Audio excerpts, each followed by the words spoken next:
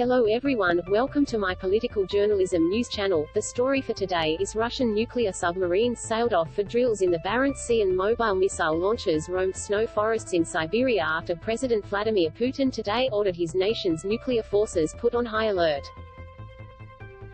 Russia's Northern Fleet said in a statement that several of its nuclear submarines were involved in exercises designed to train maneuvering in stormy conditions.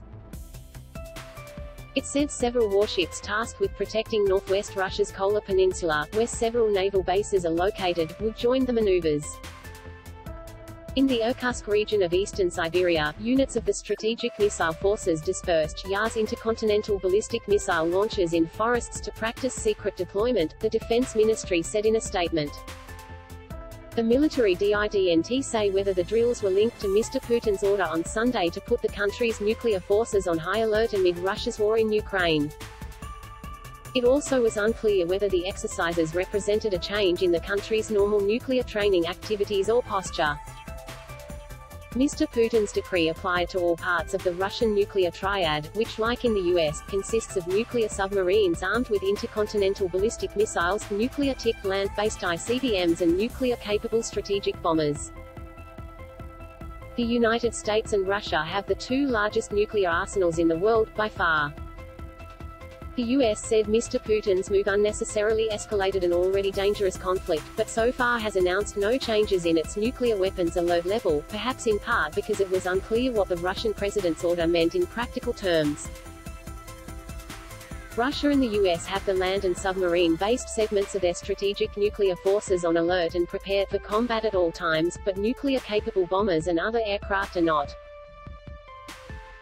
One party raising the nuclear combat readiness of bombers or ordering more ICBM-carrying submarines to sea would ring alarm bells for another. Compared to the US, Russia relies more heavily on nuclear-tipped intercontinental ballistic missiles, which are located in silos or mounted on mobile launchers. A change in their readiness status could be more difficult to spot and assess. Mr. Putin's order heightened already soaring tensions, drawing comparisons to the 1962 Cuban Missile Crisis that saw Moscow and Washington teetering on the brink of a nuclear conflict.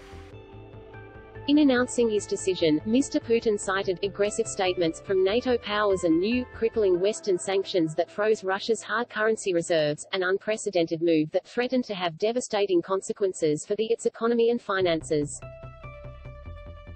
The latest statements from Putin and other Russian officials indicated the Kremlin view of Western sanctions as a threat on par with military aggression.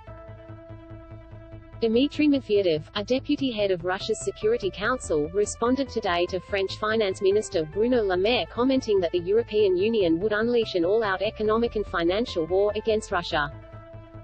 Today, some French minister has said that they declared an economic war on Russia, Mr. Medvedev said. Watch your tongue, gentlemen. And don't forget that in human history, economic wars quite often turned into real ones. That is all for today news. Thank you for watching to my channel. Please be sure to leave your comment and subscribe below for more news update.